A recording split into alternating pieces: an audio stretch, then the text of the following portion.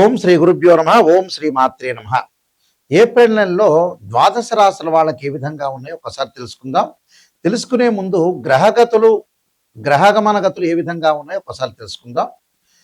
ప్రధానంగా గురు మిథున రాశిలోను, రాహు కుంభరాశిలోను, కేతు సింహరాశిలోను, శుక్రుడు మేషరాశిలోను, రవి మీన మేషరాశిలో సంచారం చేయటం, శని కుజుడు బుధుడు మీనరాశిలో సంచారం చేస్తారు. ఇవన్నీ కూడా గోచారరీత్యా చెప్పబడే ఫలితాలు అంటారు. గోచారరీత్యా చెప్పబడే ఫలితాలు ఏ విధంగా ఉన్నాయో ఒక్కసారి మనం తెలుసుకుందాం. ఈ మాసంలో ఆర్థిక స్థితిగతులు, వృత్తి వ్యాపార ఉద్యోగాలు, ఆరోగ్యము, విద్య, అలానే ప్రధానంగా విదేశాలకు వెళ్ళటం, ఇలాంటివన్నీ కూడా ఏ విధంగా ఉన్నాయో ఒక్కసారి తెలుసుకుందాం. మేషరాశి వారికి ఏప్రిల్ నెలలో శుక్రుడు యొక్క ప్రభావం వల్ల అనుకూలమైన పరిస్థితులు ఏర్పడే అవకాశాలు బాగా ఎక్కువ ఉంటాయి. అంటే ద్వితీయార్థంలో ప్రధానంగా శుక్రుడు మేషరాశిలో సంచారం చేయటం వల్ల వివాహాది శుభ కార్యక్రమాలు, ఈ మాసంలో ఆశించినంత ధనలాభం పొందే అవకాశం బాగా ఎక్కువగా ఉంటుంది. వ్యాపార వ్యవహారాల్లో ఆశించిన విధంగా కొనసాగించే అవకాశం, కుటుంబ అవసరాలకి ధనం సర్దుబాటు అయ్యే అవకాశం ఉంటుంది. బంధువర్గంతో కూడా వాళ్ళు విభేదాలు రాకుండా అందరితోటిగా సమన్వయంతో ముందుకు వెళ్ళే అవకాశం ఒకటి ఉంటుంది. అంటే వ్యవహారాలు, అలానే ఆర్థిక పరంగా ఉండే వ్యవహారాల్లో కూడా అనుకూలంగా ఉండటం, ఆకస్మికంగా కొంత లాభం కలిగే అవకాశం ఉండటం ఒకటి. దాంతోపాటు కుటుంబ సభ్యుల యొక్క నూతనమైన నిర్ణయాలు స్వాగతించే అవకాశం ఉంటుంది. వైవాహిక జీవితంలో కొద్దిగా మనస్పర్ధలు ఉన్నా కూడా అవి సర్దుబాటు అయ్యే అవకాశాలు ఎక్కువ ఉంటుంది. కాబట్టి ఇక్కడ శుక్రుడు యొక్క ప్రభావం చాలా బాగుంటుంది. గురువు యొక్క ప్రభావాన్ని మనం చూసుకునేటట్లయితే ఇక్కడ గురువు యొక్క ప్రభావం అంటే ఏమిటి అంటే వ్యయాధిపతి, అలానే భాగ్యాధిపతి అయిన గురువు తృతీయ స్థానంలో ఉండటం వల్ల కొంత పొదుపు పాటించడం చాలా మంచిది. కేతు యొక్క ప్రభావాన్ని మనం చూసుకుంటే కేతువు పంచమ స్థానంలో ఉండటం వల్ల కొంచెం సంతానపరంగా ఇబ్బందులు కలగకుండా చూసుకోండి.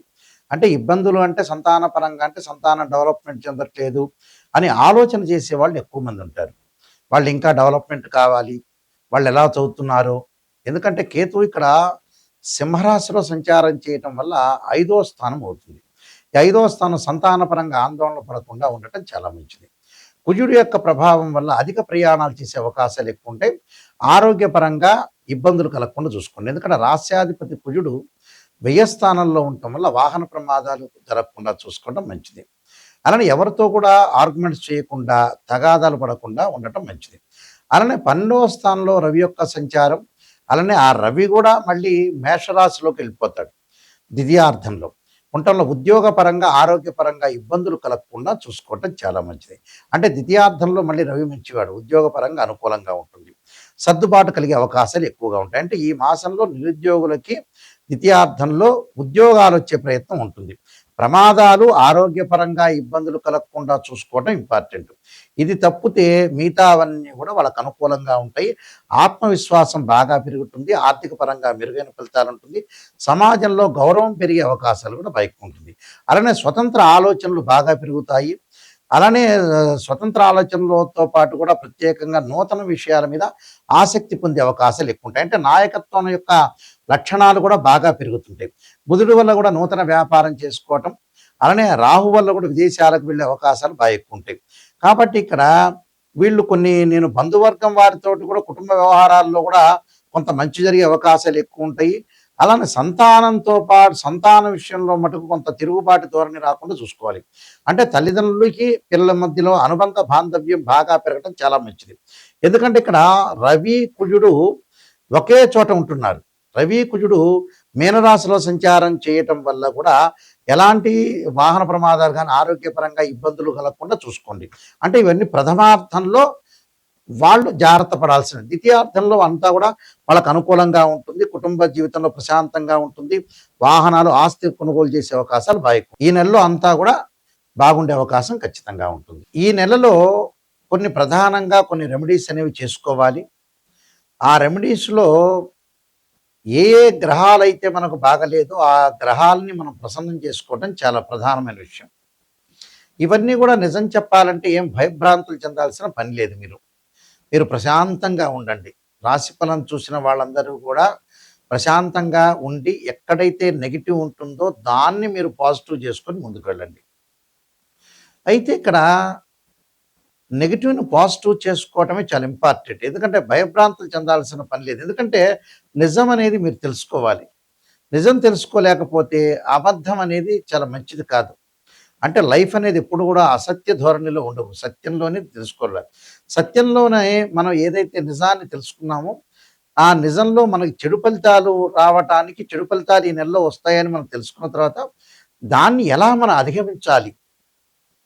ఎలా అవరోధించాలి? ఎలా ఓవర్‌కమ్ చేయాలి అని తెలుసుకొని ముందుకెళ్తే నెగెటివ్‌ని మనం పాజిటివ్ చేసుకున్నట్టే. అంటే "శ్రియ లోపం మెరుగుట పెద్ద విద్య, లోపమెరిగిన వాడే పూర్ణుడవుతాడట." మనలో లోపాలని మనం చక్కగా సవరణ చేసుకున్నాం అనుకోండి, మనం ముందుకు వెళ్ళినట్టే మనం.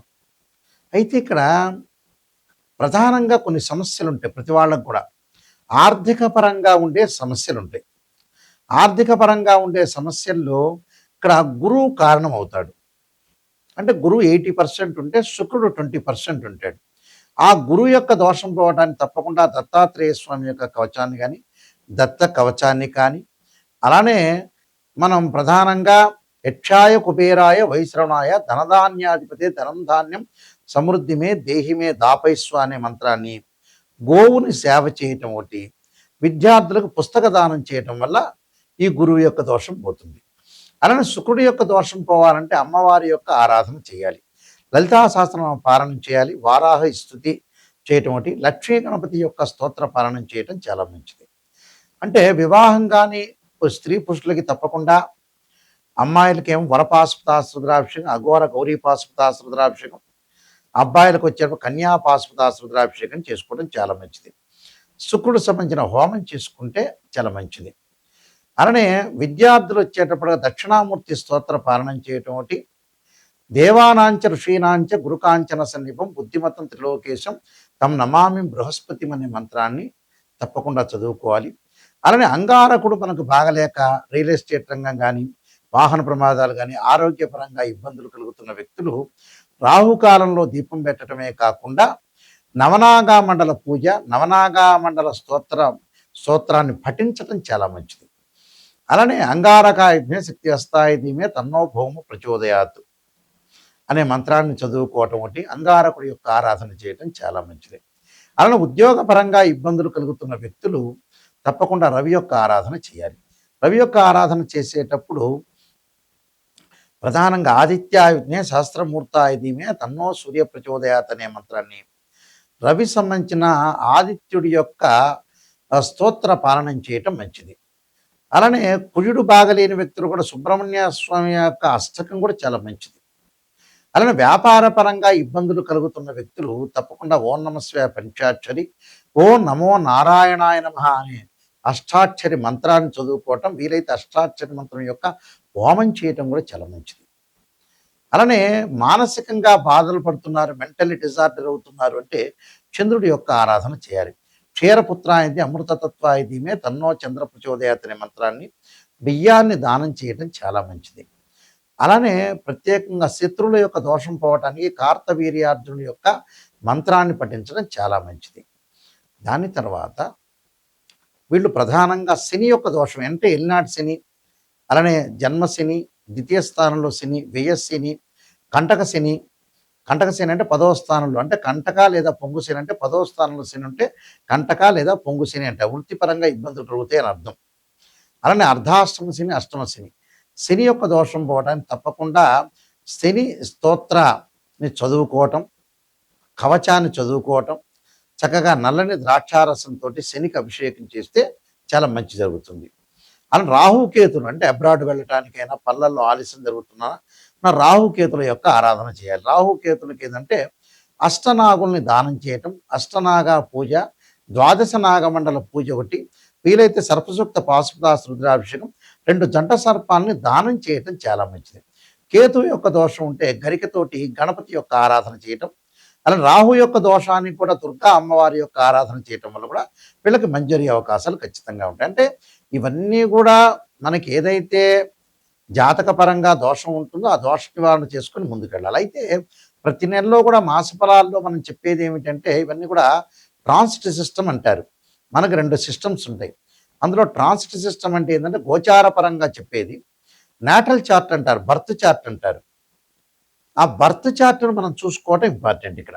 బర్త్ చార్ట్ అనేది చాలా ఇంపార్టెంట్‌గా మనం చూసుకోవాలి. అంటే ఇక్కడ గోచారం అనేది ఏ విధంగా ఉండబోతుంది అంటే, ఒక చెట్టు ఉంటుంది. ఆ చెట్టు కింద వేళ్ళుంటాయి. ఆ వేళ్ళ పైన కాండం ఉంటుంది. కాండానికి కొమ్మలుంటాయి.